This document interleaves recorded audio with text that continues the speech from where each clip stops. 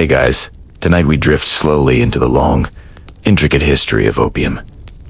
A substance that began as a simple plant resin and, over centuries, reshaped diplomacy, commerce, warfare, medicine, and the structures of great empires.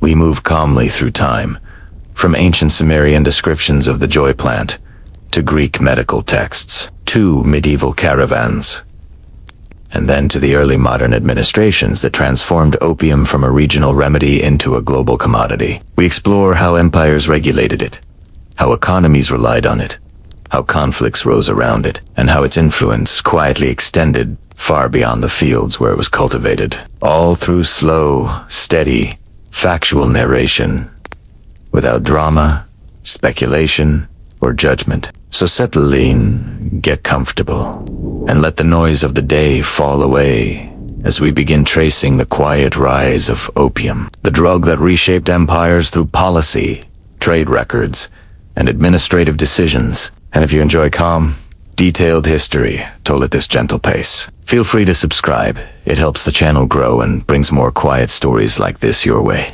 The history of opium begins long before global trade, imperial policy, or diplomatic conflict. Its earliest traces appear quietly in archaeological layers of the ancient Near East, in sites where early farming communities cultivated cereals, legumes, and a small family of plants used for medicine and ritual. Among these was the opium poppy. Its seeds, discovered in Neolithic settlements across the Mediterranean basin, indicate that the plant was known thousands of years before written records mention it. These early communities dried its seed pods, pressed its oil, and recognized its properties long before any empire attempted to regulate or profit from it. By the 3rd millennium BCE, the poppy appears in Mesopotamian sources. Clay tablets from Sumer record a substance referred to as the plant of joy. The tablets do not describe its effects, but they place it among ingredients used by early physicians. These physician scribes, trained to catalog ailments and remedies, recorded mixtures, prepared with great precision. Their work reflects a world where medicine relied on observation, repetition, and careful notation. Opium, as an ingredient, became part of this developing pharmacological tradition. From Mesopotamia, knowledge of the poppy moved westward, toward the eastern Mediterranean. Archaeological evidence from Cyprus includes tools for scraping latex from the plant's seed pods. The island's Bronze Age sites showed that the poppy was cultivated intentionally, suggesting an organized understanding of its value. Small clay vessels shaped like poppy pods appear in tombs and domestic contexts. Their form resembles containers later associated with storing concentrated opium latex. The presence of these vessels indicates a commodity prepared for practical use, possibly for medicinal application or ritual contexts. In Egypt, opium enters written history through medical papyri. The Ebers Papyrus, compiled around the 16th century BCE, lists preparations used to relieve pain and calm children. These references do not identify opium by a single fixed term, but the descriptions aligned with substances derived from the poppy. Egyptian physicians operated within a highly structured medical tradition that combined empirical observation with religious practice. Remedies were recorded systematically, and ingredients were measured with care. The inclusion of poppy-based mixtures reflects its established role in their pharmacopoeia. Greek sources later provide some of the clearest early descriptions. By the 1st millennium BCE, poppy cultivation was widespread across the Aegean world. Writers such as Hippocrates describe preparations used to ease pain or assist sleep. These accounts present opium not as a mysterious substance, but as one among many tools available to a trained physician. Greek medicine emphasized classification and balance, and opium's place within this system illustrates how fully it had been integrated into daily practice. Throughout these regions, opium remained a modest, localized commodity. It did not yet influence trade routes or state finances. Instead, it moved quietly through small networks of farmers, healers, and merchants. Its cultivation required simple tools: shallow cuts made into the seed pod, followed by the collection of the latex that hardened in the sun. The product could be stored for long periods, transported easily, and measured in small quantities. These characteristics allowed it to appear across a wide geographic area even without large-scale trade. As knowledge of the poppy expanded, so did its uses. In the ancient Near East and Mediterranean, Opium functioned primarily as a medicinal ingredient. It did not yet carry the political or economic weight that it would acquire in later centuries. Its role remained practical and limited. Scribes recorded it, physicians prescribed it, and farmers cultivated it alongside their other crops. The movement of opium during this early period followed the same patterns as other agricultural products. It traveled along river routes, coastal paths, and overland trails, connecting villages and market towns. Its presence in archaeological layers suggests steady continuity rather than rapid expansion. In this context, the poppy was simply one element in the broader material culture of ancient societies. Over time, contact between regions increased. Trade routes connecting Mesopotamia, Egypt, Anatolia, and the Aegean facilitated the exchange of goods and knowledge. Within these networks, opium became a familiar commodity. Its preparation, storage, and use were transmitted through merchant exchanges,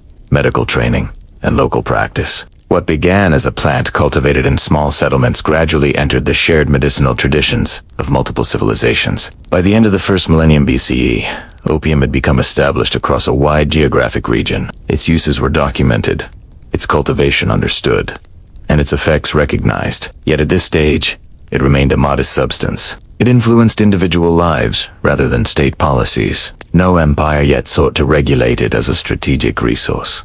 No conflict arose over its distribution. Its significance lay in the consistency of its use, not in the scale of its impact. This early foundation quiet, agricultural, and administrative forms the beginning of a much larger story. From these first seed pods, scraped in silence across ancient fields, the history of opium will expand into realms far beyond medicine, shaping decisions made in courts, trading houses, and imperial ministries across the centuries that follow.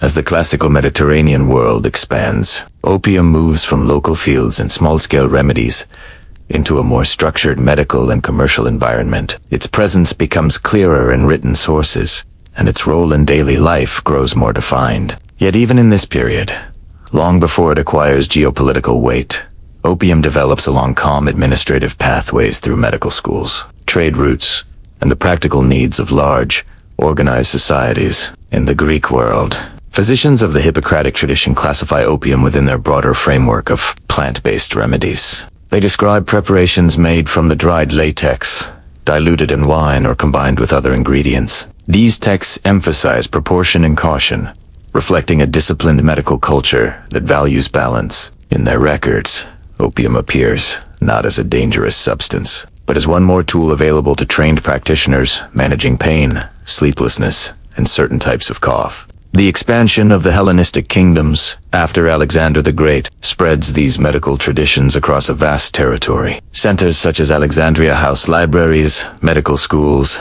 and workshops producing standardized remedies. Botanical gardens cultivate numerous plants for study, including the poppy. Records from this period indicate that apothecaries maintained inventories of dried herbs, oils, minerals, and resins. Opium joins this list of routine materials, prepared and stored according to established procedures. It remains primarily a medicinal commodity, valued for its consistency and ease of transport. When Rome absorbs the Eastern Mediterranean, it inherits both the agricultural cultivation of the poppy and the medical knowledge surrounding its use.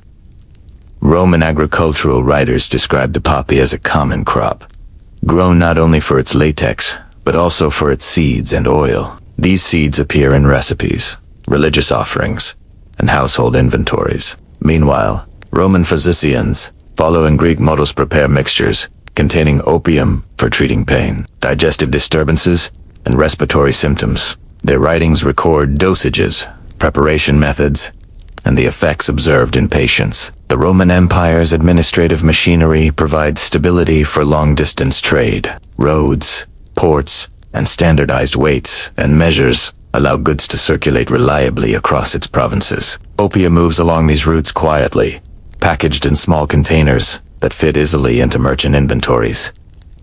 Its value remains modest compared to luxury goods such as silks, spices, or precious metals. Yet its presence is constant, appearing in medical kits, household supplies, and the records of apothecaries. The structure of the empire supports this steady distribution without direct state involvement. When the political unity of the Roman world diminishes, medical knowledge continues through local practitioners and monastic communities. Manuscripts copying earlier Greek and Roman texts preserve descriptions of opium's uses. Even as trade becomes more regional, the poppy remains a recognized medicinal plant across the Mediterranean. A new phase begins with the rise of the early Islamic world in the 7th and 8th centuries. As territories from Persia to Egypt come under unified administration, centers of learning in Baghdad, Damascus, and other cities translate Greek, Roman, and Persian medical texts into Arabic. Scholars compile comprehensive medical encyclopedias, drawing together knowledge from multiple traditions. In these works, opium appears with detailed descriptions of its properties, preparations, and cautions. The Islamic world becomes a major center for pharmacology. Physicians conduct systematic observations, classify substances according to their effects, and develop compound medications. Opium, included in these texts, is analyzed carefully. Descriptions expand on its pain-relieving qualities, its sedative effects, and its role in treating certain conditions. The tone remains clinical and factual, consistent with the scientific approach characteristic of the period. Trade across the Islamic world benefits from stable routes linking the Mediterranean, the Red Sea, the Indian Ocean, and Central Asia. Merchants transport textiles, spices, metals, and medicinal substances. Opium appears in these commercial networks, moving between regions under well-regulated conditions. Its distribution remains controlled by customary trade practices rather than by political mandates. By the 10th century, medical texts from this period describe opium as a standard ingredient in pharmacological preparations. These treatises include precise measurements, demonstrating a highly developed understanding of dosage. They also note the plant's potential risks, advising caution in its application. Such guidance reflects the administrative rigor of medieval Islamic medicine, where hospitals, pharmacies, and teaching institutions maintain structured procedures. In Persia, cultivation expands under organized irrigation systems. Agricultural manuals describe the poppy among other crops, indicating practical knowledge of planting cycles, soil conditions, and harvesting techniques. The dried latex becomes a recognizable commodity.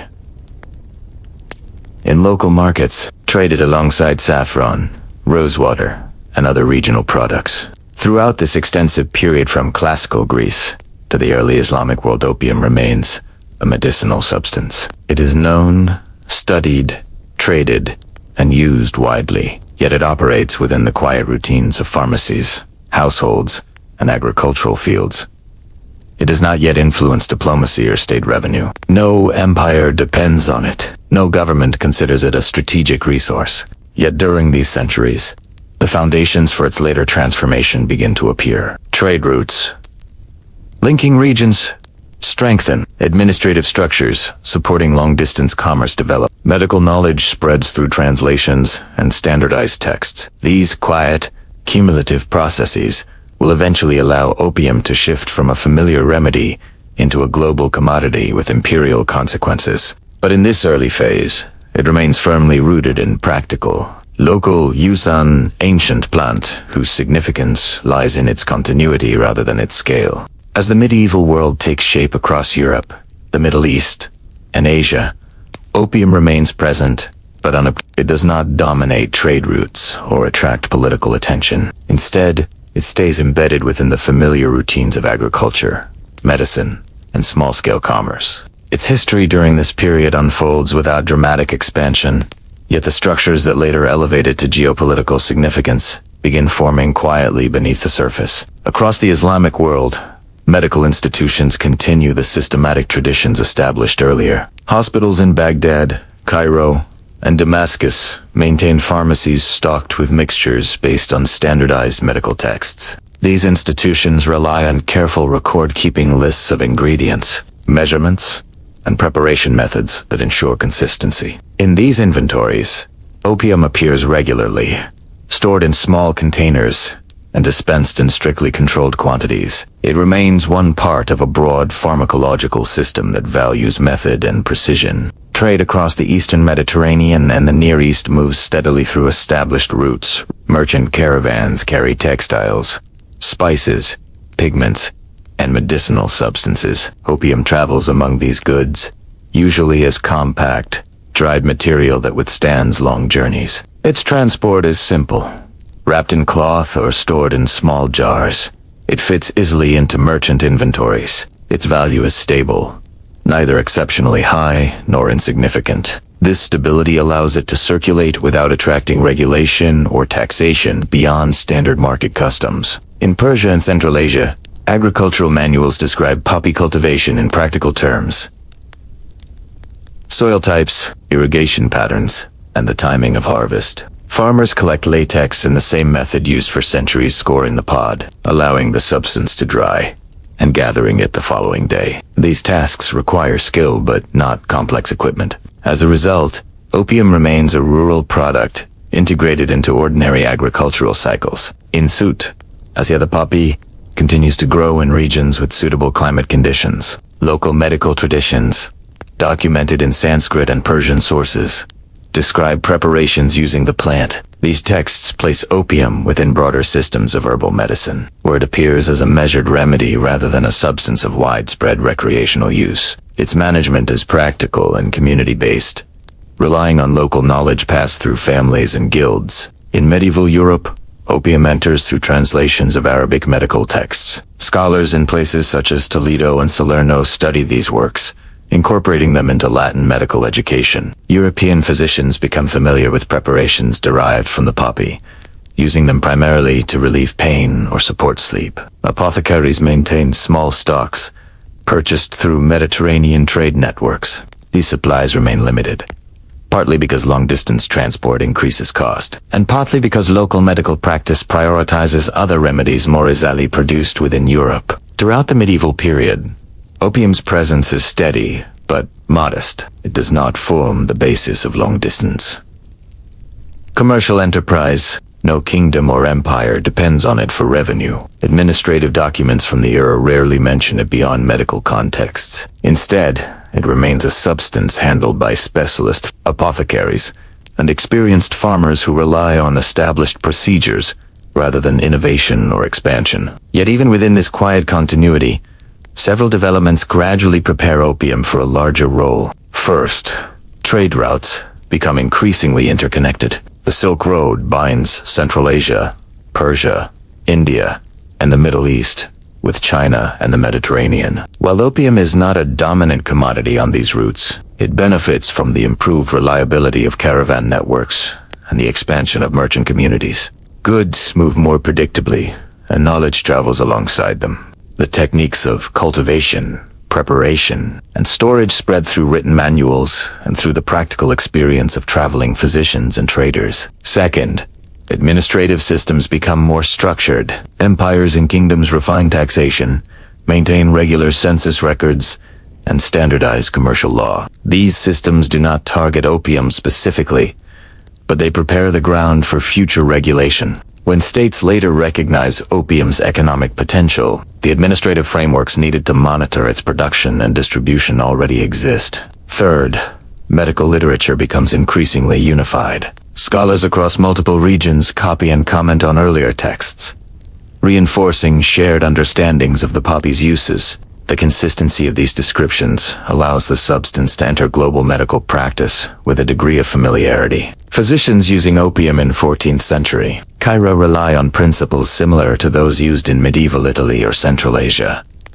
This uniformity contributes to its later expansion, as a substance recognized across cultures finds a broader market when trade intensifies. Fourth, political stability in certain regions, especially under the Mongol Empire, temporarily increases the flow of goods. The Pax Mongolica of the 13th and 14th centuries creates conditions in which merchants can travel long distances with relative safety. Opium moves within this broader circulation of commodities, reaching new markets simply because trade networks become more expansive. Despite these changes, opium remains secondary in medieval commerce. It holds a consistent place in medical practice and regional agriculture, but it does not yet shape policy or conflict. Its significance lies in the continuity of its cultivation, and the gradual alignment of trade, administration, and medicine across continents. These foundational developments prepare opium for a transformation that will occur only centuries later, when global empires, maritime trade, and commercial monopolies elevated from a familiar remedy to a commodity capable of influencing the course of nations. At this stage of history, however, it remains what it has been for millennia. A plant harvested in quiet fields, prepared by skilled hands, and used in measured quantities within the routines of daily life.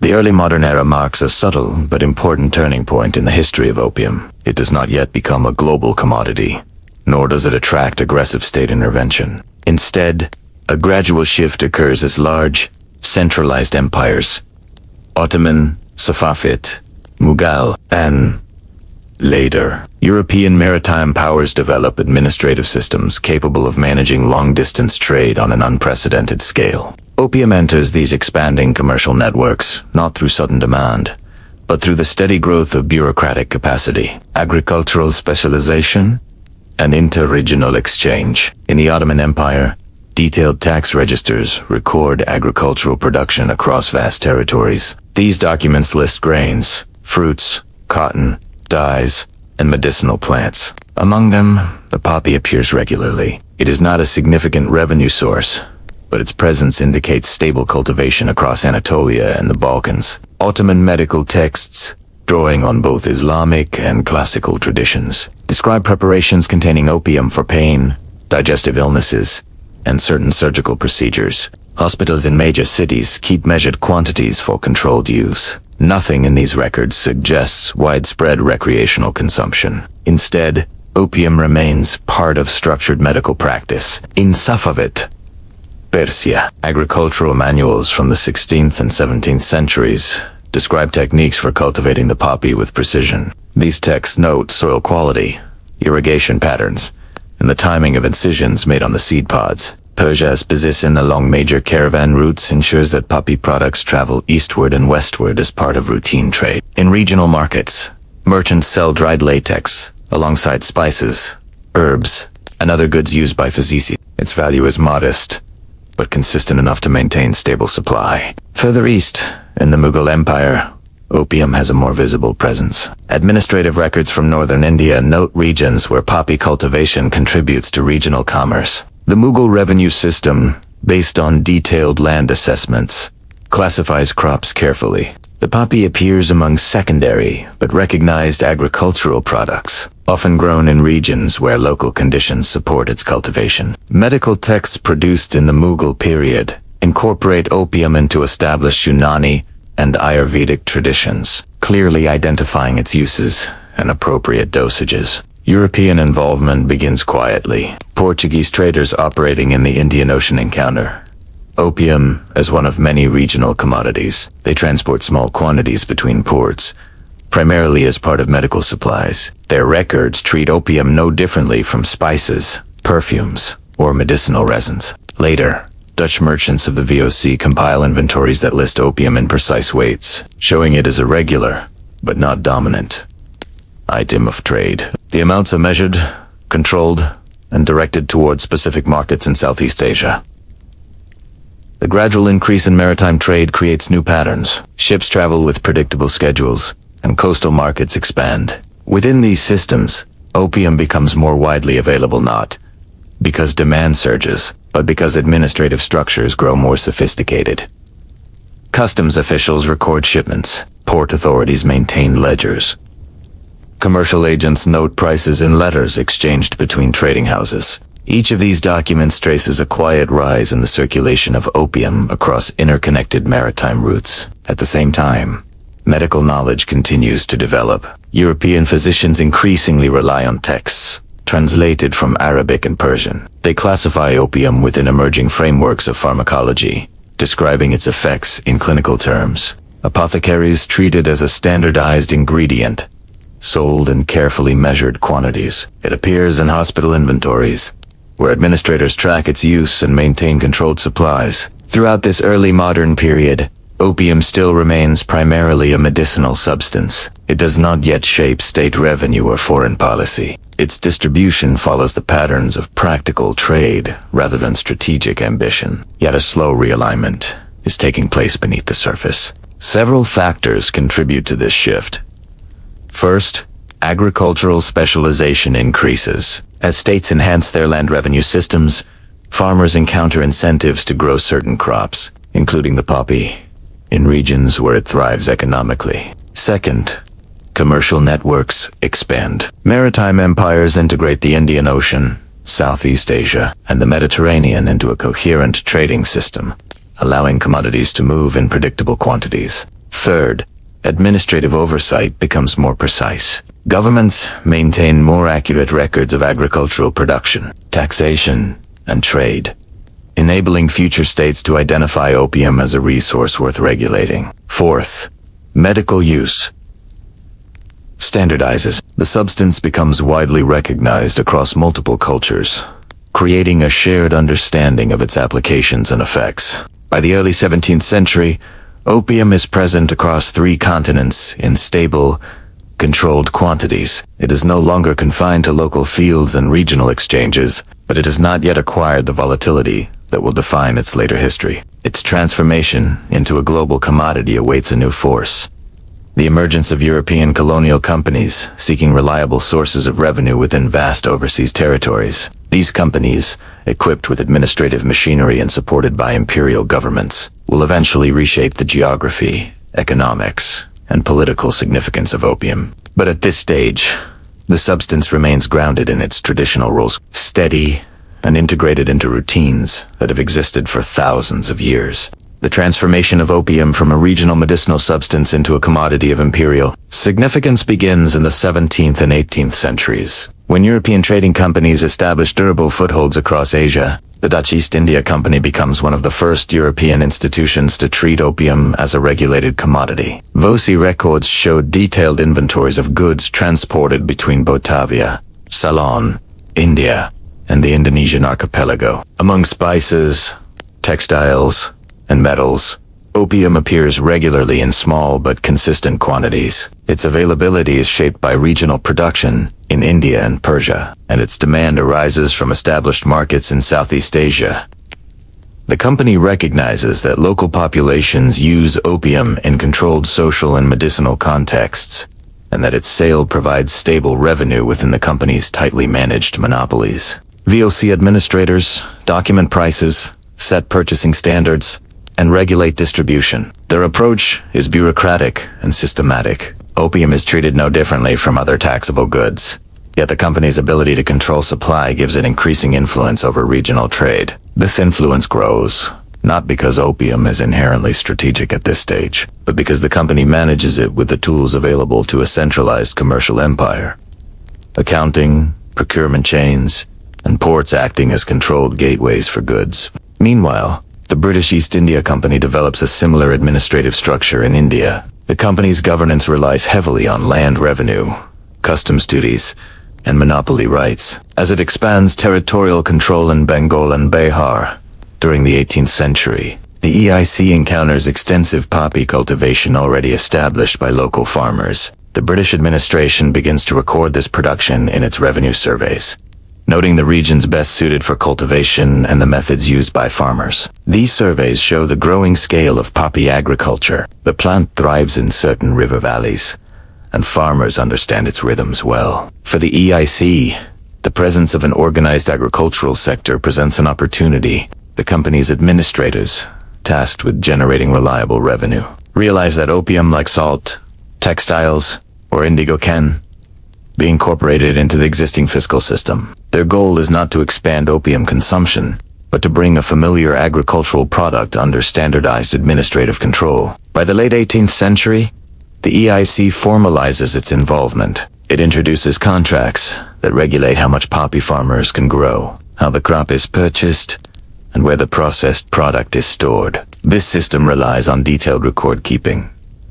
Names of farmers, acreage under cultivation, quantities harvested, and payments issued. The documentation reflects the company's broader approach to governance and emphasis on administrative oversight, predictable revenue, and integration of agriculture into a centralized system. At T-Stage Opium, still functions primarily within Asian markets. Chinese merchants, Southeast Asian traders, and Indian intermediaries managed most distribution. European companies serve as suppliers rather than directors of demand. Yet the mechanisms they build, factories, warehouses, procurement offices, and coastal depots, create a foundation for a shift that will soon occur. As global trade becomes increasingly structured, the companies face financial pressures. The VOC experiences periodic deficits, and the EIC must fund large military forces to maintain territorial control. Administrators begin identifying commodities capable of generating consistent revenue. Opium, with its established markets and manageable production cycles, becomes one of the candidates. Company archives record this transition carefully. Ledgers list increasing volumes handled through major ports such as Calcutta and Batavia. Internal memoranda discuss pricing strategies, storage methods, and export routes. These are administrative documents, not ideological arguments. They show the gradual adjustment of company policy as economic needs shift. In this period, Chinese coastal markets become increasingly significant. While opium use in China is not new, historical texts describe its medicinal and later recreational applications.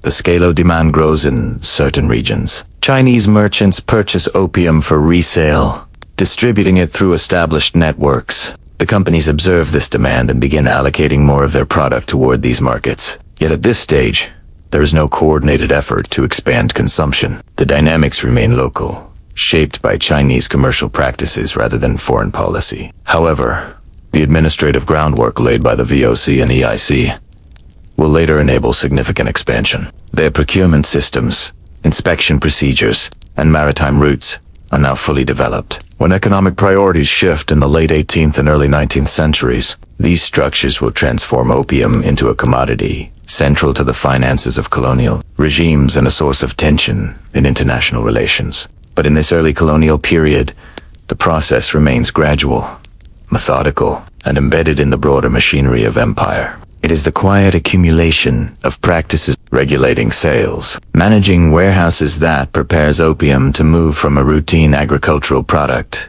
into a force capable of shaping global history. As the 18th century advances, commercial patterns across Asia begin to change. Maritime trade increases in scale.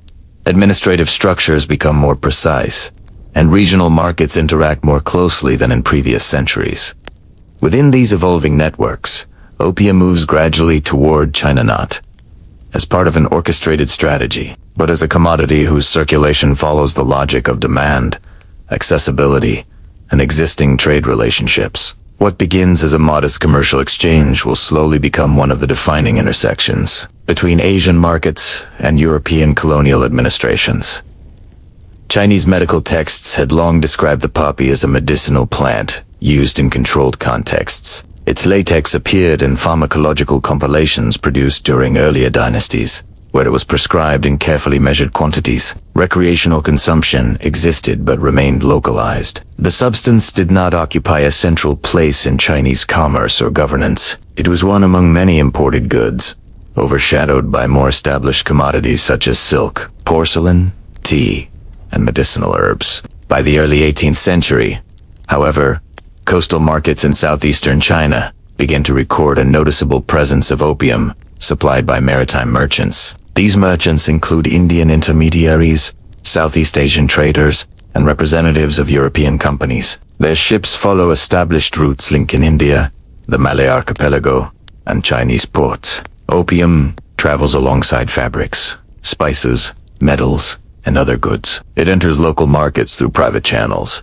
rather than official trade sanctioned by the Qing state. Chinese coastal administrations, tasked with regulating maritime activity, record these movements through inspection logs and customs reports. These documents note the appearance of foreign vessels, the nature of their cargo, and the patterns of trade practiced by merchants. The reports do not initially treat opium as a substance requiring special attention. It is grouped with other imported goods and subject to the same customs procedures. Demand grows gradually in certain regions, particularly in Fujian and Guangdong. Local merchants purchase opium for resale in inland markets, where it circulates through established commercial networks.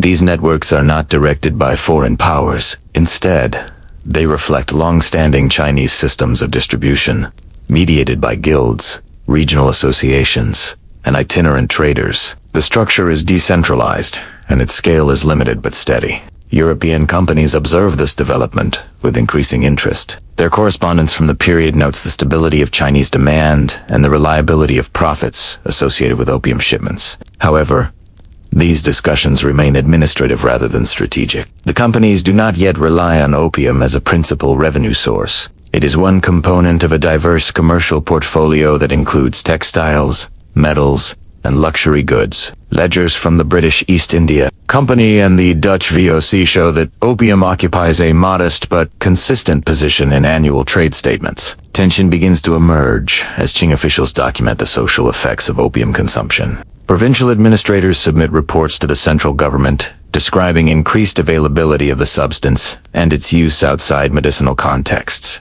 Their tone is administrative rather than moralistic. They classify opium among commodities with potential to disrupt established social and economic routines. These early warnings do not call for immediate large-scale intervention, but reflect a growing awareness of a developing issue. At the same time, the Qing dynasty maintains strict controls over foreign trade, confining European merchants to regulated ports and limiting their interactions with Chinese populations. These controls create a structured environment in which foreign trade operates predictably. Yet they also create opportunities for goods opium among them to enter China through channels not fully aligned with official oversight. Local merchants adapt to this environment by managing distribution themselves, creating a system parallel to formal trade. The British East India Company becomes increasingly attentive to these conditions.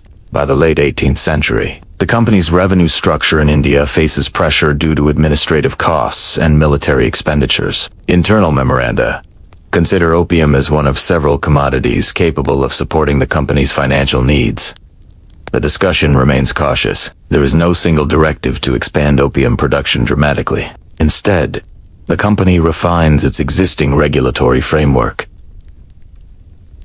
standardizing cultivation in certain districts, increasing oversight in processing facilities, and coordinating shipment schedules. These adjustments gradually increase the volume of opium entering maritime trade. As shipments grow, Chinese authorities intensify their observations. Reports from Guangzhou describe the rising scale of opium consumption and its economic effects, including the outflow of silver used to purchase the substance. Qing officials registered concern about these developments, noting their implications for regional stability. Yet, despite these observations, the overall system remains balanced for a time. Trade continues within predictable patterns. Merchants follow established routines. Administrators issue reports, revise local regulations, and monitor developments. The situation is dynamic, but not yet volatile. What will soon transform this pattern is a convergence of factors: the financial needs of colonial administrations, the expanding maritime capacity of European empires, and the deepening restrictions imposed by Qing authorities. These elements will combine to shift opium from a regulated commercial commodity into a point of conflict between global powers. At this stage, however, the process remains quiet. Opium moves through coastal markets, recorded by clerks, inspected by officials, purchased by merchants, and transported along inland routes. It is a commodity occupying the space between legality and administration, a substance recognized but not yet controlled by the full weight of state policy. The late 18th and early 19th centuries mark a decisive stage in the history of opium, as the British East India Company develops a more structured administrative system around its production.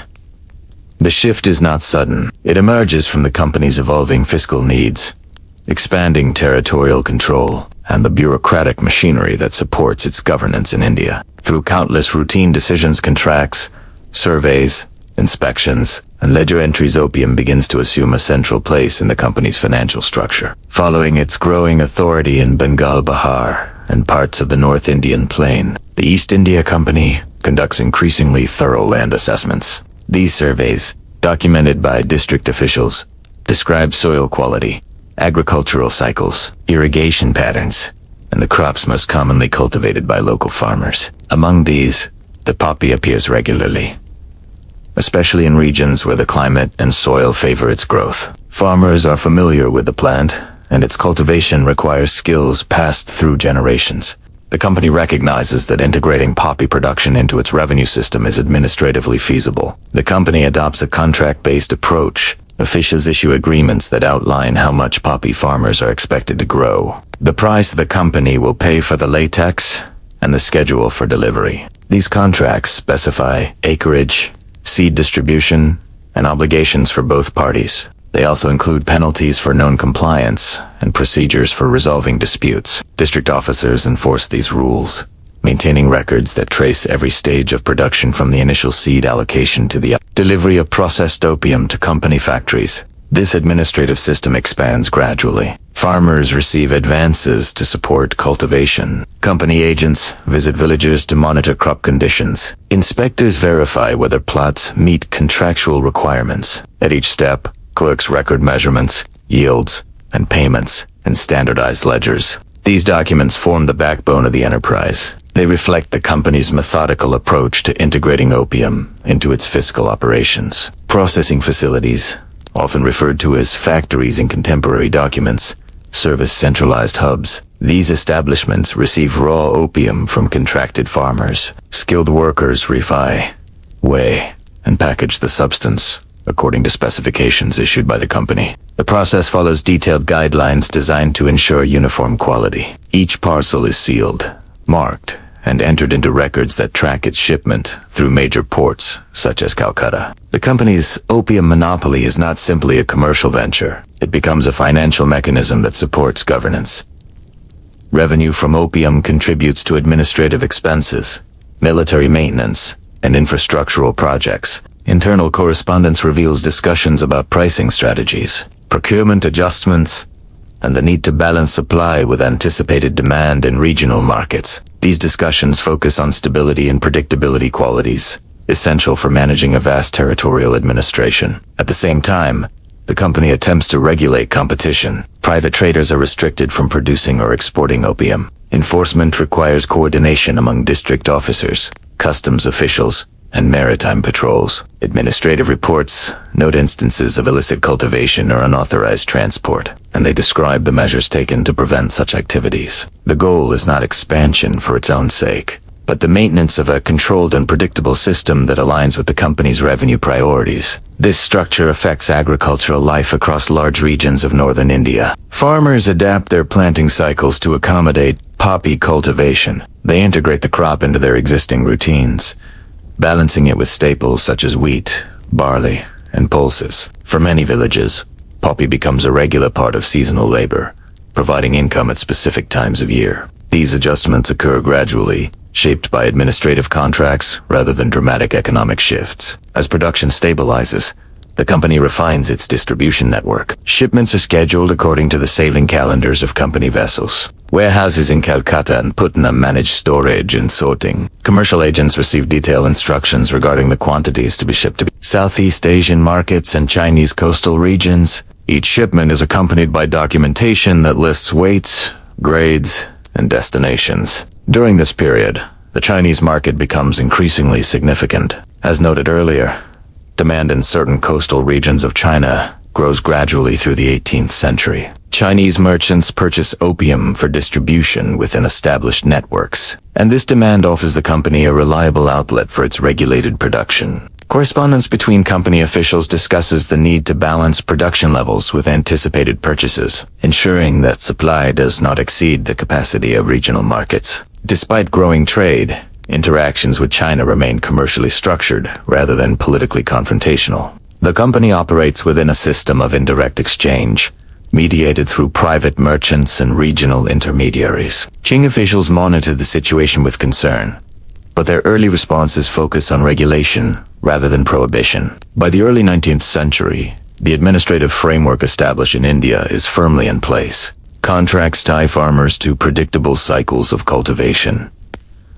Processing factories operate with standardized methods. Maritime routes move large quantities of opium with regularity. Revenue reports showed that the commodity has become an essential part of the company's financial system. What emerges from this period is not a sudden boom, but a gradual consolidational alignment of agriculture, commerce, and bureaucracy that transforms opium into a structured and significant revenue source. The system's stability prepares it for further expansion, yet it also creates tensions that will unfold in the next stages of global history, particularly as the Qing state moves toward stricter policies in response to the growing presence of opium in its coastal markets.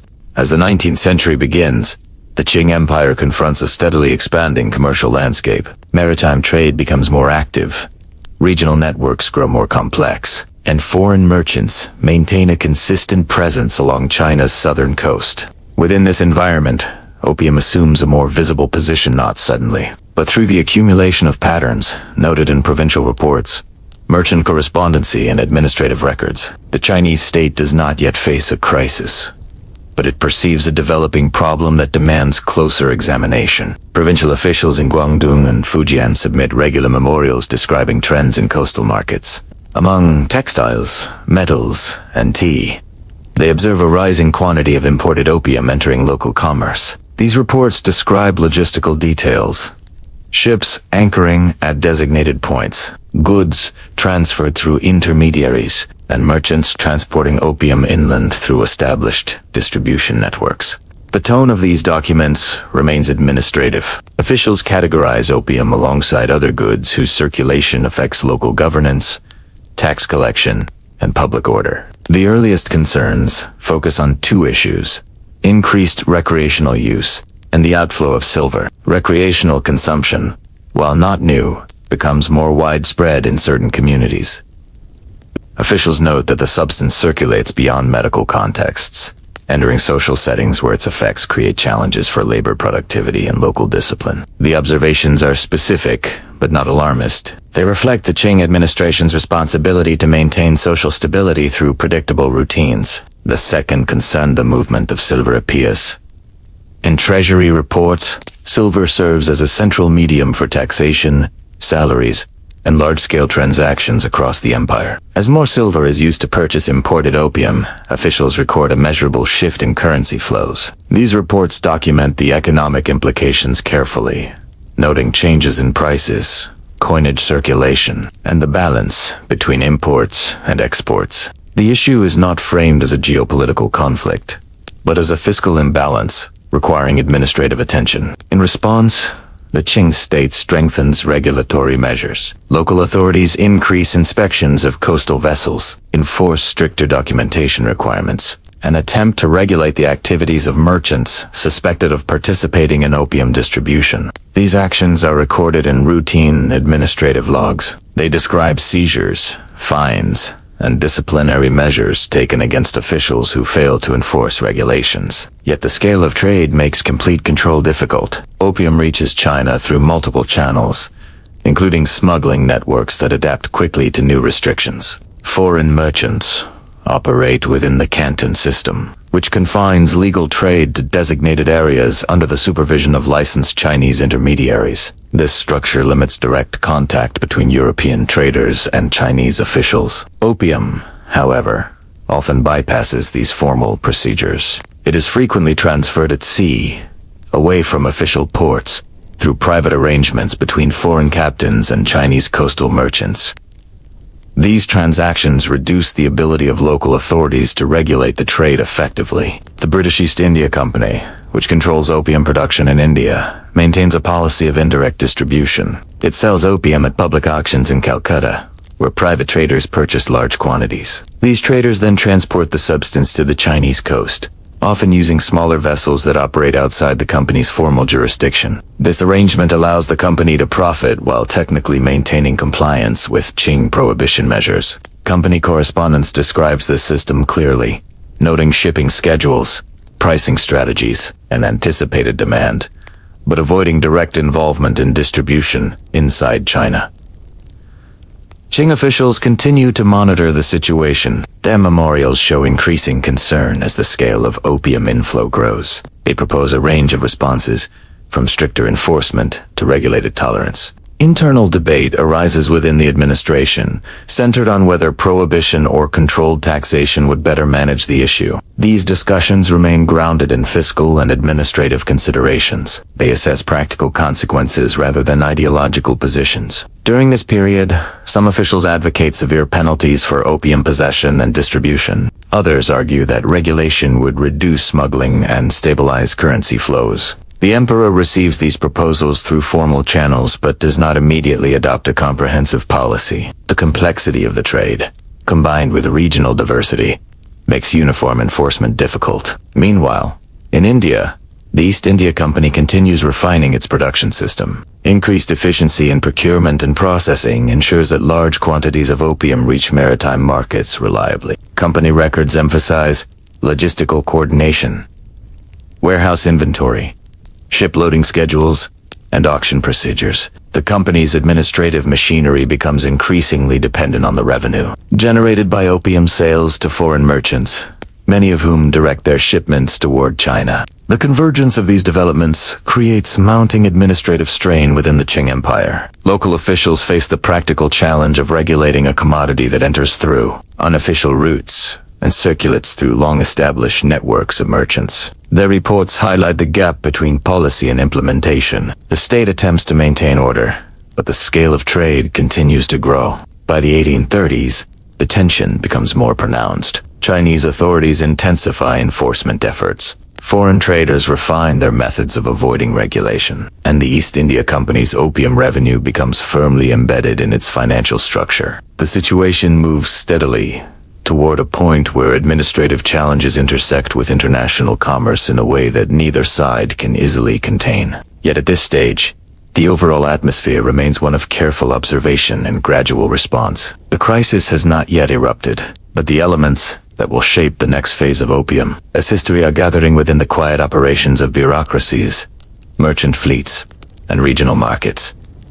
By the early 1830s, the administrative tension surrounding opium in China becomes increasingly visible. The volume of the substance entering coastal regions rises each year, and Qing officials confront an expanding network of merchants, ship captains, brokers, and intermediaries who distribute opium through channels beyond the reach of formal regulation. What had once been a peripheral issue now demands structured, sustained attention from the state. Yet the tools available to local administrators are limited, and their efforts reveal the practical constraints of governing a vast empire with diverse regional economies. Provincial reports from Guangdong document growing numbers of vessels anchoring offshore to conduct transactions beyond the scrutiny of customs officials. These ships operate at distances that make direct monitoring difficult. Chinese merchants travel to these rendezvous points in smaller boats, exchange goods, and return with opium packed in sealed bundles. Although these activities often occur under cover of darkness, the scale of trade becomes visible through the volume of materials intercepted by coastal patrols and the reports submitted by district magistrates.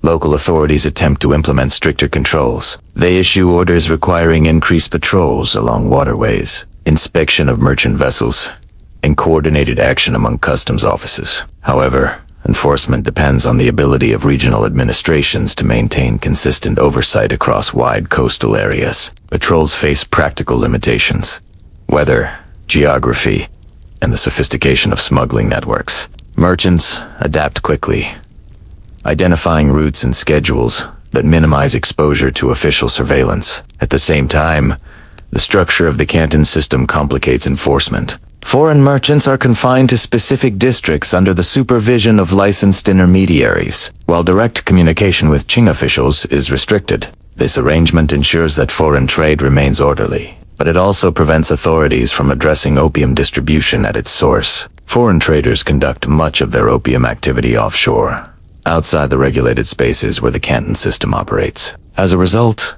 enforcement efforts focus on Chinese intermediaries rather than the foreign suppliers who initiate the trade. Meanwhile, the British East India Company continues to sell opium in India through public auctions. The company does not transport the substance directly into China. Instead, private merchants purchase it and manage distribution themselves. This structure allows the company to distance itself from the practical details of smuggling while still benefiting from the revenue generated by the sale. Company memoranda record the quantities auctioned, the prices obtained, and the expected demand in Chinese coastal markets. These documents reflect detailed planning but leave distribution responsibilities to private traders operating independently. Within China, the Qing administration seeks solutions that balance enforcement with social stability. Some officials propose severe penalties for possession and distribution, arguing that strict measures are necessary to prevent the spread of the substance. Others recommend regulated tolerance, suggesting that taxation would reduce smuggling and generate revenue that could offset the outflow of silver.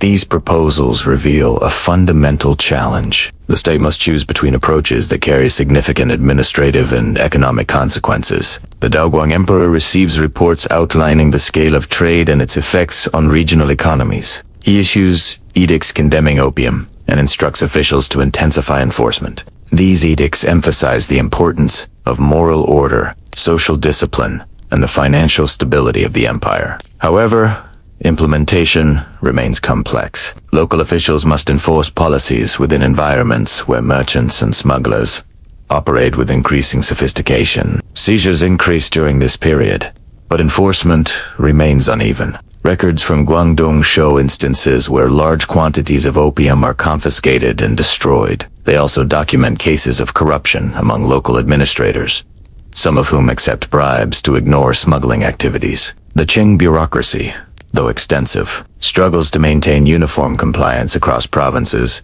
with varying levels of resources and internal discipline. At the same time, foreign traders adjust their operations in response to enforcement measures. They anchor their ships farther offshore, use faster vessels, and diversify their distribution networks. Some establish floating depot ships that remain at sea for extended periods, serving as storage and supply points. Chinese merchants travel to these depots to purchase opium, creating a system that is flexible, decentralized, and difficult to dismantle. The combination of increasing demand, growing smuggling networks, and uneven enforcement places sustained pressure on the Qing state. Administrators submit increasingly urgent memorials describing the scale of the problem. They propose new measures, including expanding coastal patrols, reorganizing customs offices, and imposing stricter penalties on offenders. The central government responds with edicts reaffirming prohibition, but the gap between policy and practice continues to widen. As the situation evolves, one figure emerges with a clear mandate. Lin Zexu, known for his administrative discipline and reputation for integrity. Lin is appointed imperial commissioner in 1838, with authority to address the opium crisis directly. His appointment reflects the Qing court's recognition that the issue has moved beyond routine regulation and now requires a coordinated response led by a high-ranking official with broad powers. Lin Zexu's arrival in Guangdong marks the beginning of a new phase in the history of opium in China. His efforts to suppress the trade, dismantle smuggling networks, and enforce imperial decrees will intensify the confrontation between Qing authorities and foreign merchants. The path toward conflict becomes increasingly clear as administrative measures intersect with the commercial interests of global empires. Yet until this point, the history of opium in China remains shaped by gradual developments. The slow growth of demand, the incremental expansion of smuggling, and the steady accumulation of administrative strain. The crisis emerges not from a single event, but from the persistent challenges faced by a state attempting to regulate a commodity that flows through channels beyond its effective control. When Lin Zexu arrives in Guangdong in early 1839, he brings with him a long record of disciplined service within the Qing bureaucracy. Known for efficiency, strict adherence to policy, and an ability to manage complex administrative tasks, he receives an extraordinary mandate from the emperor to suppress the opium trade, decisively enforce existing laws, and restore fiscal and social stability in southern China. His appointment represents the Qing court's acknowledgement that the situation has moved beyond routine governance. Upon reaching Canton, Lin Zexu conducts a systematic assessment of coastal trade operations. He reviews reports submitted by customs officials, magistrates, and naval officers. These documents describe smuggling routes, the locations where opium transactions occur, and the participation of both Chinese and foreign merchants. Lin's approach is analytical. He organizes information into categories: supply channels, distribution networks, enforcement failures, and administrative vulnerabilities. This method allows him to identify points where intervention may be effective. His first major action is to impose strict controls on Chinese intermediaries. Lin summons representatives of the merchant guilds responsible for interactions with foreign traders. He requires them to sign formal pledges stating that they will no longer purchase or transport opium, and that they will cooperate fully with government enforcement. These pledges are documented in official records and carry penalties for violations. By holding intermediaries accountable, Lin seeks to sever the connections between foreign suppliers and inland markets. At the same time, Lin strengthens coastal patrols.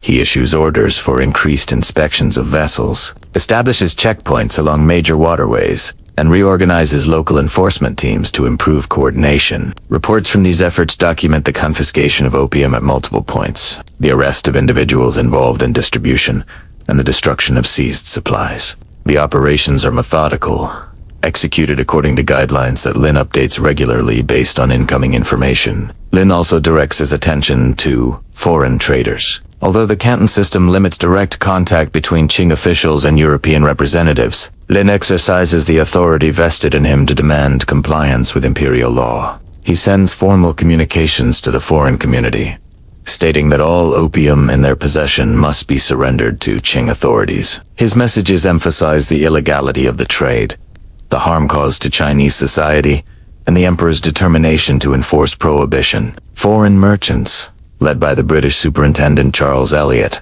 confront a difficult situation. Elliot recognizes that Lin's authority is substantial and that refusal to comply may lead to the suspension of all trade. Elliot issues instructions for British subjects to surrender their opium to Chinese authorities, under the condition that the British government will later compensate them. This directive reflects the constraints of the Canton system and the practical need to protect British personnel. Over the following weeks, foreign merchants deliver more than 20,000 chests of opium to Qing officials. Each chest is recorded, weighed, and catalogued by Lin's team. The process is conducted with administrative precision. Qing records from this period list the total quantity seized, the vessels involved, and the logistics of storage. Once the collection is complete, Lin orders the destruction of the opium at Humen, near the Pearl River.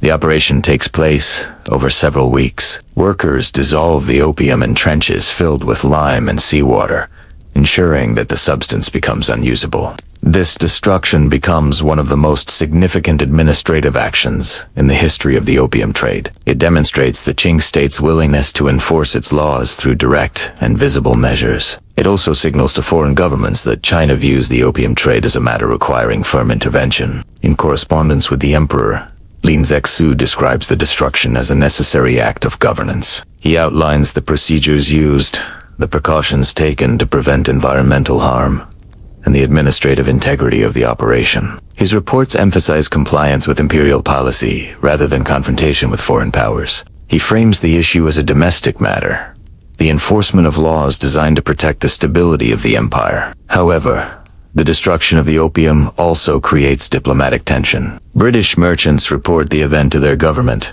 framing it as the confiscation of property without compensation. British authorities, already concerned about trade restrictions and the limitations imposed by the Canton system, consider the incident within a broader context of commercial and political disputes. These concerns will shape the decisions that follow. For the Qing administration, Lin Zexu's actions represent a culmination of decades of attempts to regulate the opium trade. He uses the tools available to him: memorials, decrees, inspections, censure, and direct enforcement to implement imperial policy. His measures temporarily reduce the flow of opium into Guangdong and demonstrate administrative resolve, yet the situation remains fragile. Foreign merchants expect stronger intervention from their governments. Qing officials anticipate potential retaliation. The balance between internal enforcement and external relations becomes increasingly delicate. Lin Zexu continues to implement reforms, but the dynamics surrounding opium have already shifted beyond the administrative sphere.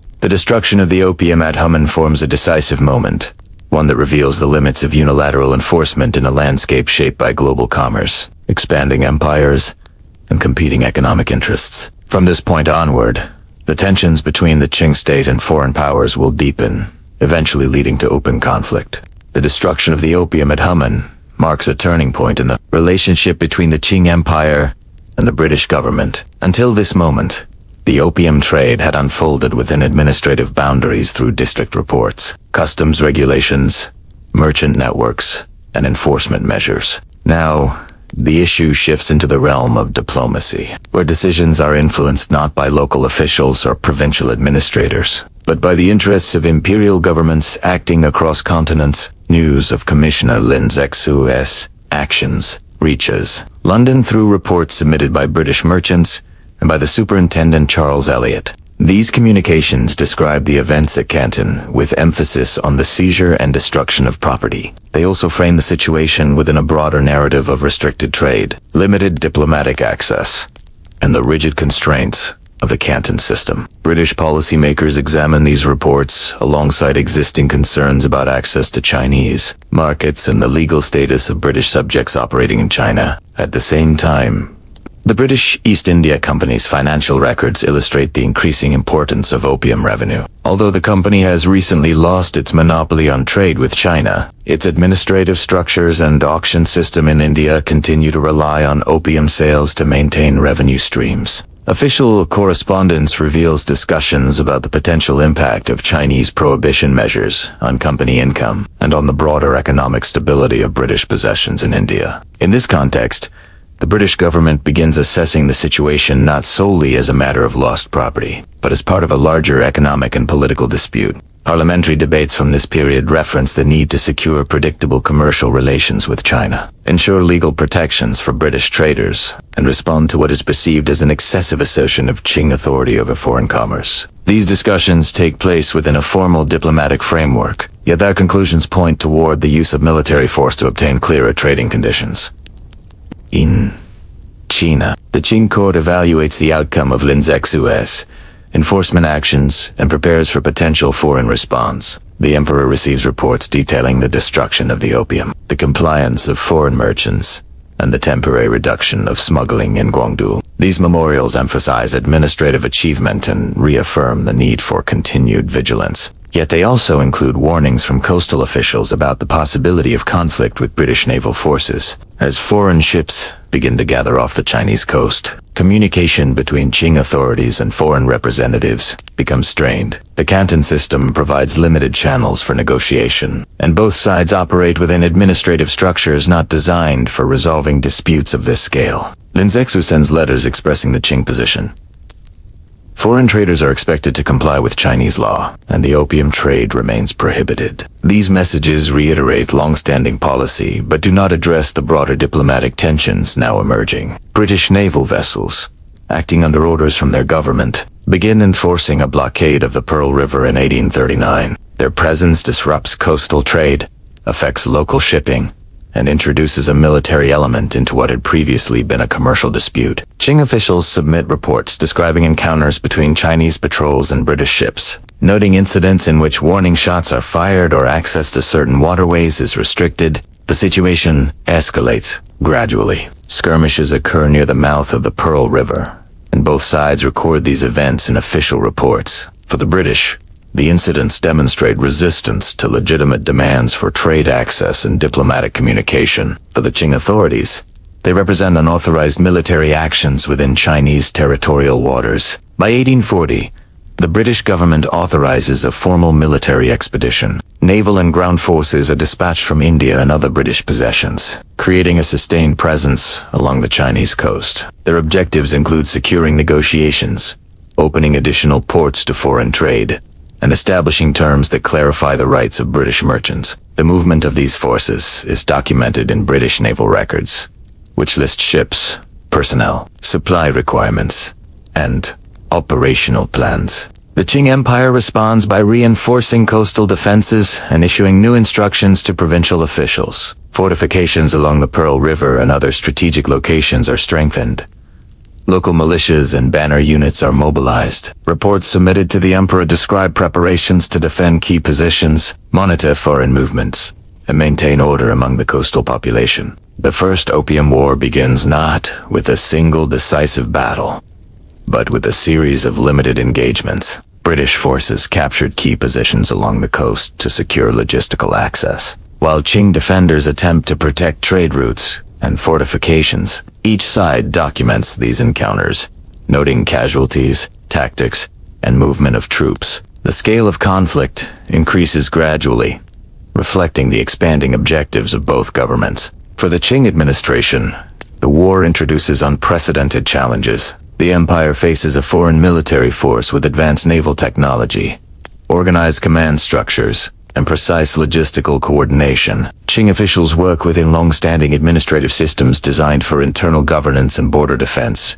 not for sustained conflict with a distant maritime power. Despite these difficulties, Qing resistance continues in multiple regions. Provincial commanders make detailed reports of their defensive actions, the conditions of their troops, and their requests for reinforcements. These records reveal the complexity of coordinating a response across long distances within a bureaucratic structure that requires formal approval for many decisions. As the conflict unfolds, it becomes clear that the war is rooted not only in the issue of opium, but in deeper structural divisions, differing diplomatic expectations, contrasting commercial systems, and incompatible administrative frameworks.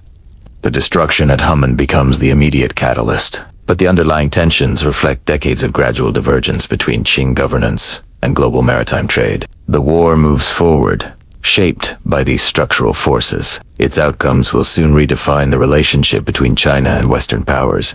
As the First Opium War enters its main phase between 1840 and 1842, the conflict unfolds along China's southeastern coast in a series of measured advances, defensive responses, and shifting negotiations. The war does not resemble the large land campaigns familiar in earlier Chinese history. Instead, it develops as a maritime conflict shaped by naval technology, coastal geography, and the administrative structures of two distant empires attempting to project authority across vast distances. British naval forces, supported by steam-powered vessels and modern artillery, maintain mobility along the Chinese coastline. These ships enable rapid movement between strategic locations, allowing commanders to select points of engagement based on weather, tides, and logistical requirements. Naval records detail the dispatch of vessels to block key waterways, secure anchorages, and establish positions near major ports. The Qing Empire's coastal defenses, organized primarily around fixed fortifications and traditional artillery, faced challenges responding to this mobility. Defensive structures at key points, such as the Boca Tigris near Canton, and fortifications around Ningbo and Genjiang were designed to control predictable maritime routes.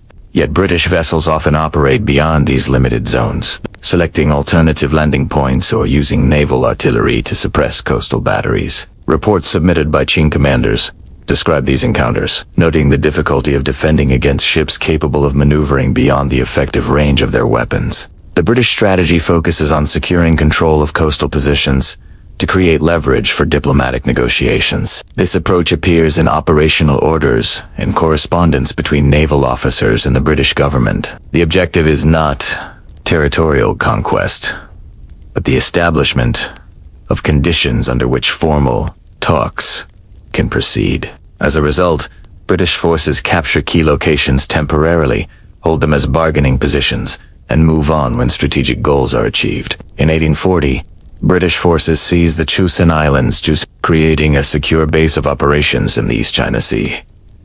From there, they can monitor maritime routes to major ports such as Ningbo and Shanghai. Qing reports describe the capture of Jusian in detail, noting the conditions of the defending garrisons, the evacuation of civilians, and the administrative challenges posed by the loss of a coastal district. Further south, British forces conduct operations near Canton, engaging with local defenses at the Boca Tigris. These engagements highlight the contrast between British naval artillery and the Qing Empire's traditional fortifications. Qing defensive reports document the damage to batteries and the logistical strain of replacing equipment under wartime conditions. The capture of Ningbo in early 1842 reflects similar dynamics. British troops advance with naval support, encountering limited resistance. Once the city falls, British administrators implement temporary measures to maintain order, regulate markets, and ensure the distribution of food. These efforts appear in their correspondence as necessary steps to prevent disruption. Meanwhile,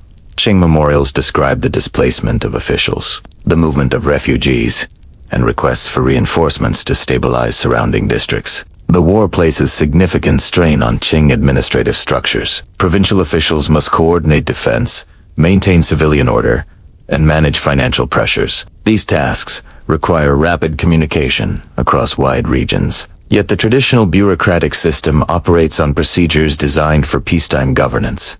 Decision-making relies on memorials submitted to the central court, responses issued by the emperor, and implementation by local authorities. This process creates delays at moments when immediate action is required. Moreover, the war exposes differences in military organization. Qing forces consist of banner troops, green standard units, and local militias, each with distinct responsibilities, supply systems, and administrative oversight. Coordinating these forces under wartime conditions proves challenging. Reports from regional commanders describe shortages of powder, outdated weapons, and logistical difficulties in moving supplies along inland waterways. In contrast, British forces operate with centralized command structures, standardized equipment, and dedicated supply ships. Their logistical needs, ammunition, food, medical supplies, and communication are addressed through coordinated support from India and naval bases across Asia.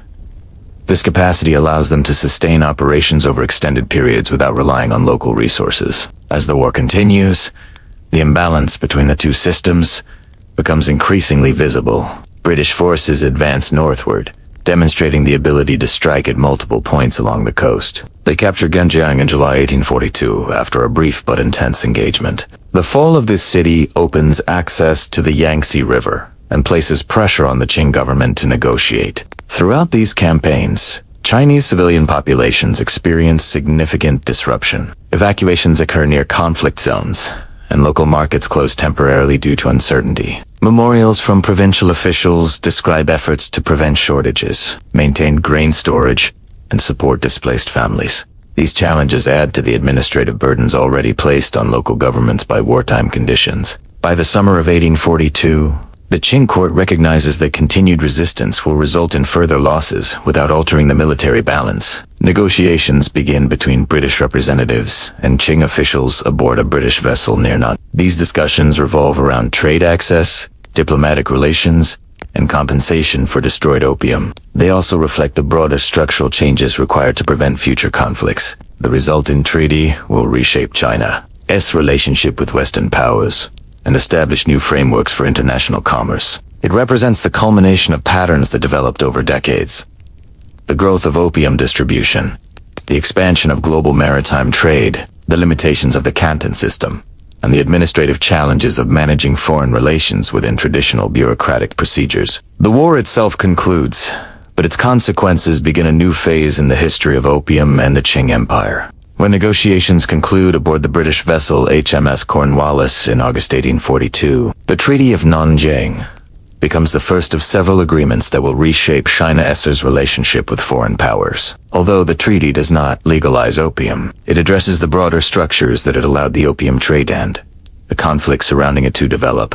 The document reflects the Qing Empire's need to restore stability after military losses, and the British government's objective to formalize commercial and diplomatic access. The treaty begins by ending hostilities between Britain and the Qing Empire. This cessation is crucial for re-establishing coastal order, reopening maritime routes, and enabling the return of commercial activity. The agreement then turns to structural changes within the trade system. These changes are grounded in administrative procedures rather than ideological shifts. They outline new rules for how foreign merchants may operate within China. One of the most significant provisions is the opening of 5 treaty ports: Canton, Amoy-Xiamen, Fuzhou, Ningbo, and Shanghai. Each port will permit British merchants to reside, trade, and interact with local officials under regulated conditions. This arrangement replaces the previous Canton system, which confined foreign trade to a single port and restricted direct communication between foreign merchants and Qing authorities. The new structure establishes a broader geographic framework for commercial exchange and requires local administrators to adapt their procedures to foreign presence. To support these changes, the treaty introduces fixed tariffs. Tariff schedules will be standardized, reducing the discretionary authority previously held by certain customs officials. This standardization aims to simplify administrative processes, reduce disputes, and create predictable conditions for trade. The tariff system becomes a formal mechanism through which the Qing state manages foreign commerce. Another key provision addresses the cession of Hong Kong Island to Britain. The island will serve as a base for British administration and maritime operations. Its selection reflects the British need for a stable, controlled port outside the limitations of Chinese jurisdiction. The cession appears in both British and Qing records as a territorial adjustment resulting from negotiations, not as a broader statement of political domination. The treaty also requires the payment of indemnities. These include compensation for the destroyed opium, repayment of debts owed by Chinese merchants to British traders,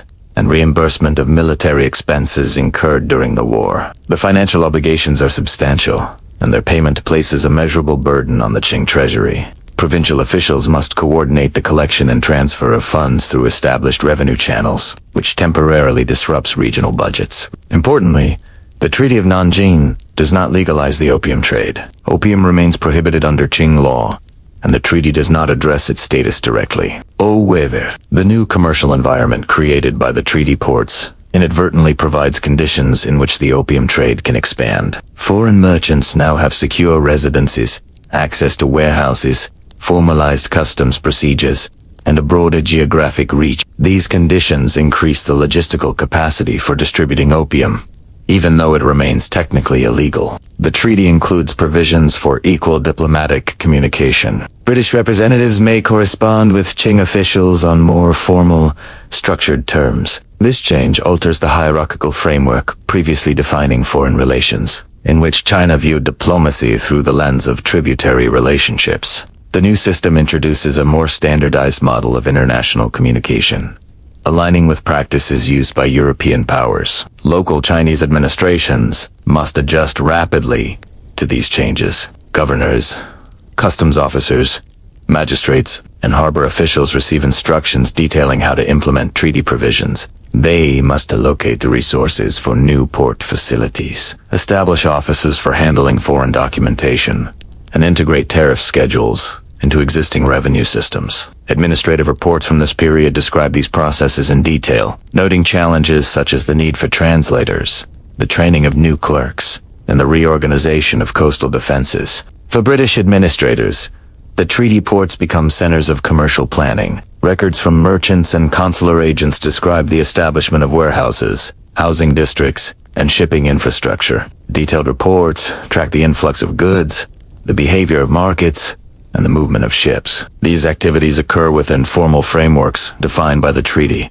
creating stable conditions for trade expansion. The treaty's impact extends beyond commerce. It affects regional economies, administrative routines, and social dynamics within the newly opened ports. Chinese merchants adapt to the presence of foreign traders by altering their networks, adjusting prices, and participating in expanded international markets. Urban growth accelerates in certain regions, particularly Shanghai, where the treaty port quickly becomes an important commercial hub with increasing foreign and domestic activity. In the years following the treaty, additional agreements, often called the unequal treaties, further modified China's commercial and legal structures. These later treaties build on the foundations established by the Treaty of Nanjing, expanding foreign rights, introducing new tariff regulations, and creating additional treaty ports. They reflect a continuing shift in the balance between Chinese governance and global maritime powers. The Treaty of Nanjing thus marks a structural transformation rather than a single event. It concludes the First Opium War, restructures the framework of foreign trade, and initiates administrative changes that will continue for decades. While it does not directly address opium, it shapes the environment in which the opium trade will grow and influence future interactions between China and Western nations. The next phase of the story will move from the treaty's formal clauses to the realities of daily life in the treaty ports, where administrative reforms, commercial expansion, and unresolved tensions converge. Following the Treaty of Nanjing in 1842, the newly opened treaty ports become focal points of administrative change, commercial reorganization, and sustained international presence. These ports, Canton, Amoy, Fuzhou, Ningbo, and Shanghai, do not transform instantly. Instead, their development unfolds through gradual adjustments by local officials, merchants, foreign consuls, and labor communities. The environment that emerges is structured, regulated, and increasingly global. Within this new framework, the opium trade continues to expand, not through a single directive, but through the mechanisms established by treaty port administration. Local Qing authorities begin by reorganizing their offices to accommodate foreign presence. Customs operations, previously confined to designated areas within Canton, must now extend to multiple coastal cities. Governors and prefects receive instructions outlining their responsibilities. The implementation of tariff schedules, oversight of foreign residencies, and maintenance of public order around foreign settlements. These directives require new clerical staff, translators skilled in English, and specialized officials to monitor shipping records. Administrative reports from this period describe the challenges of building these capacities while maintaining routine governance. Foreign consuls established their own systems within the treaty ports. Each consul represents their government and oversees the activities of their nationals. Records from British consular offices in Shanghai and Ningbo detail the establishment of courts, municipal committees, and regulatory bodies that manage sanitation, infrastructure, and public safety. These institutions operate within defined enclaves and follow the legal frameworks of their own countries. The presence of these parallel systems marks a significant shift in the administrative landscape of coastal China. Commercial life changes rapidly. Warehouses, docks, and merchant houses appear along riverbanks and coastal inlets. Shipping schedules become more predictable, with foreign vessels arriving according to seasonal patterns and returning with cargo purchased through negotiated prices and standardized contracts. Chinese and foreign merchants interact more frequently, exchanging goods such as silk, tea, ceramics, and manufactured items.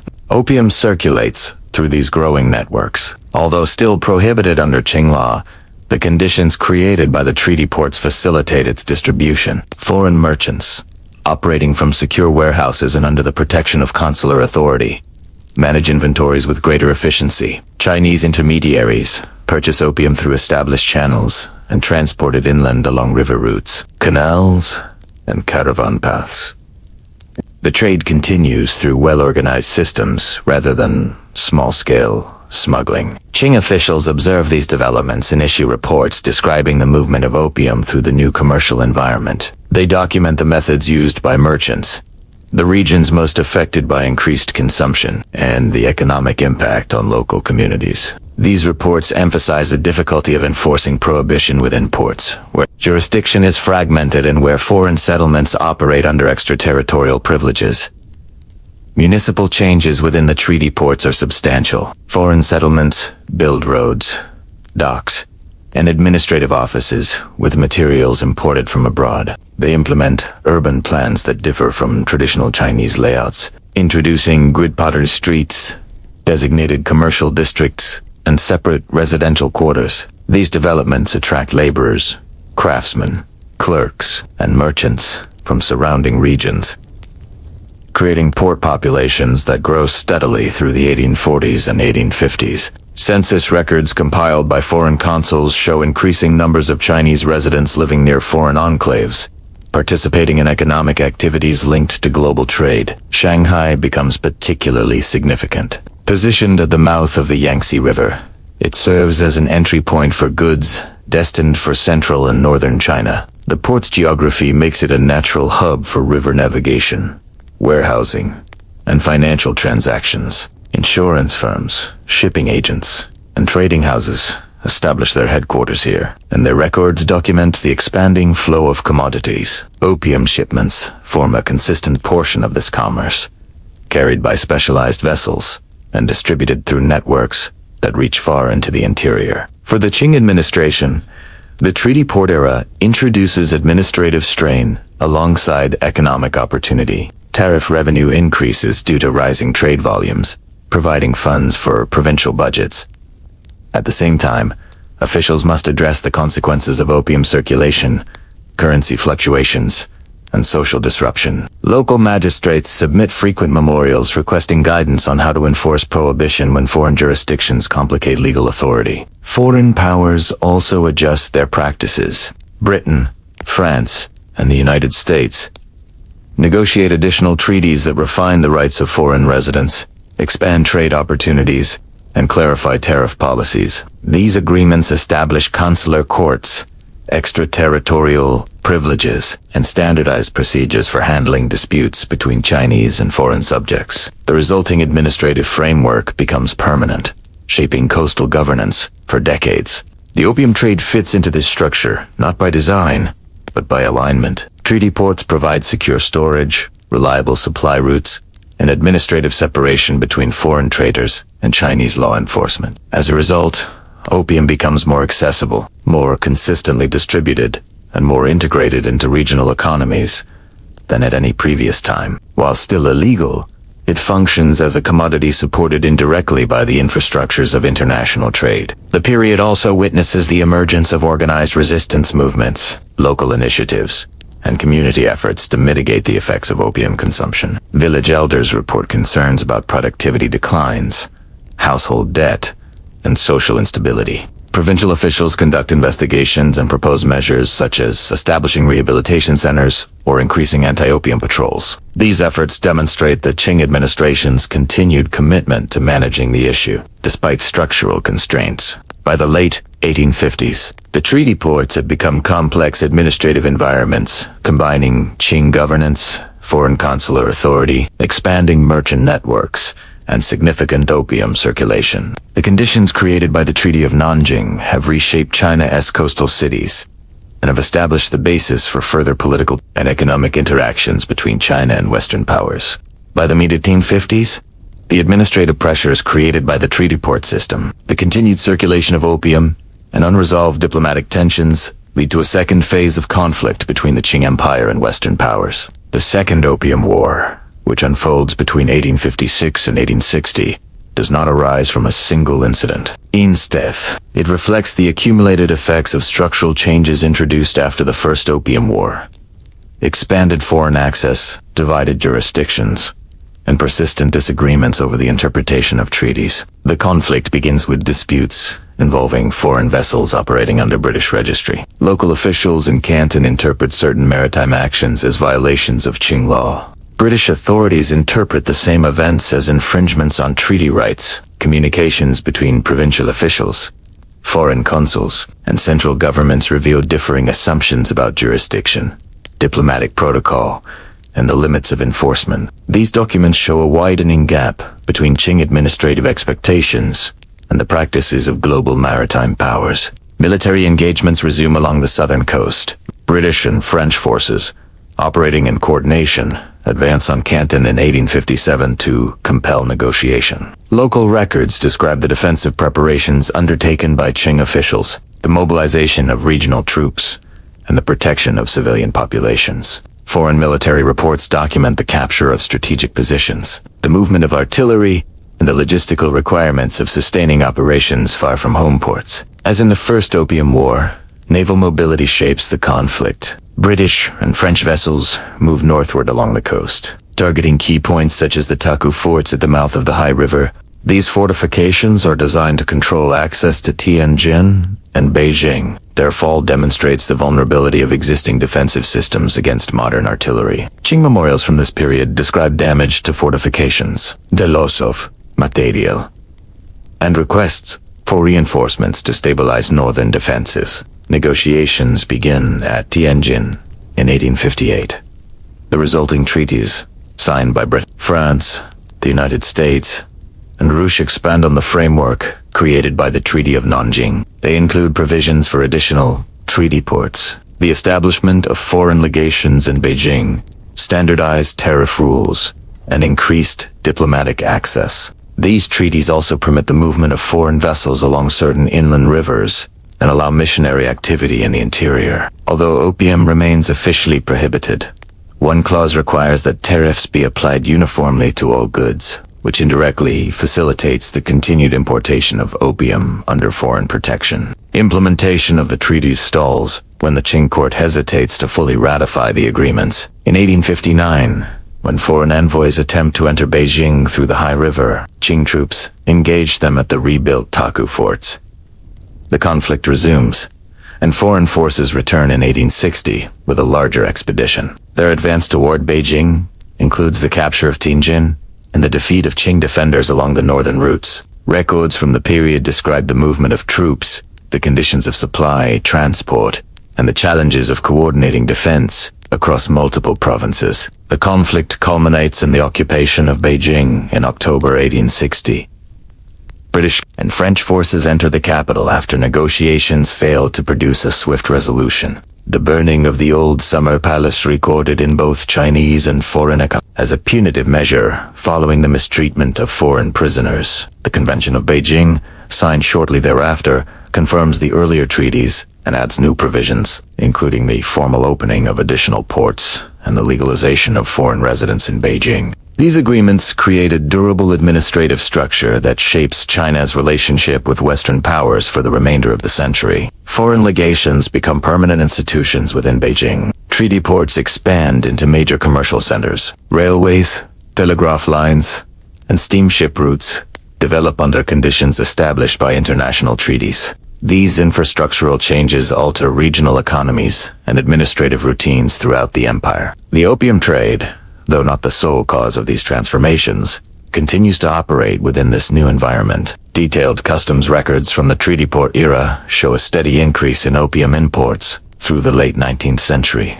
Revenue from the opium trade supports the finances of colonial administrations, merchant houses, and local commercial networks. At the same time, Qing officials conduct periodic campaigns to restrict consumption, regulate sales, and encourage local production of alternative crops. These efforts appear in memorials and provincial directives, demonstrating the state's ongoing concern for social stability and public health. In the long aftermath of the Opium Wars, China faces multiple challenges: natural disasters, internal uprisings, administrative strain, and pressure from foreign powers seeking broader privileges. Reform efforts emerged within the Qing court, including initiatives to modernize the military, reorganize revenue systems, and adopt new technologies. However, these efforts unfold within a political environment altered by treaty obligations and foreign influence. The opium question remains central to debates about governance, sovereignty, and modernization. Provincial officials issue reports analyzing consumption patterns, economic effects, and the challenges of enforcement. Reformers propose new approaches to regulation and cultivation reduction. Despite these efforts, opium continues to circulate widely until the early 20th century, when coordinated campaigns both domestic and international begin, reducing its presence in Chinese society. The Second Opium War thus marks a structural transition rather than an isolated conflict. It solidifies the treaty port system, accelerates international integration, and reveals the limitations of Qing administrative capacity in an era of global maritime power. The broader consequences extend far beyond opium itself, influencing diplomacy, trade, governance, and the trajectory of modern Chinese history. Across more than 2 millennia, the history of opium evolves from a simple agricultural product into a commodity woven into global systems of trade, diplomacy, and administration. Its early uses in ancient civilizations remain modest and controlled, embedded in the routines of medicine and local commerce. Over time, however, expanding empires, organized revenue systems, and increasingly interconnected maritime routes create conditions in which opium becomes a resource of strategic and economic significance. The rise of the British East India Company introduces a new administrative logic that transforms opium into a regulated commodity,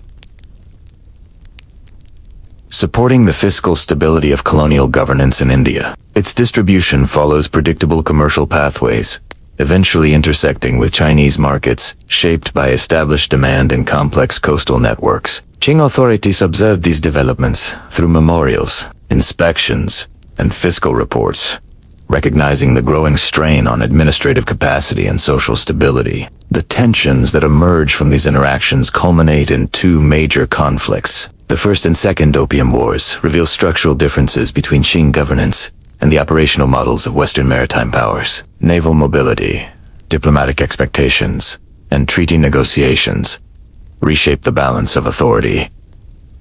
In East Asia, the resulting agreements, beginning with the Treaty of Nanjing and formalized through later treaties introduced new frameworks for international commerce, fixed tariffs, extraterritorial legal systems, and expanded foreign presence in treaty ports. These changes influenced China far beyond the issue of opium. They altered coastal economies, administrative routines, and the role of foreign governments within key urban centers. They also contribute to the long-term challenges faced by the Qing dynasty as it confronts internal uprisings, fiscal pressures, and the need for institutional reform. By the early 20th century, global efforts to regulate narcotics lead to new international agreements aimed at reducing opium's commercial role. Yet the legacy of the opium trade remains deeply connected to the broader history of imperial expansion, global commerce, and the reconfiguration of state authority in an interconnected world.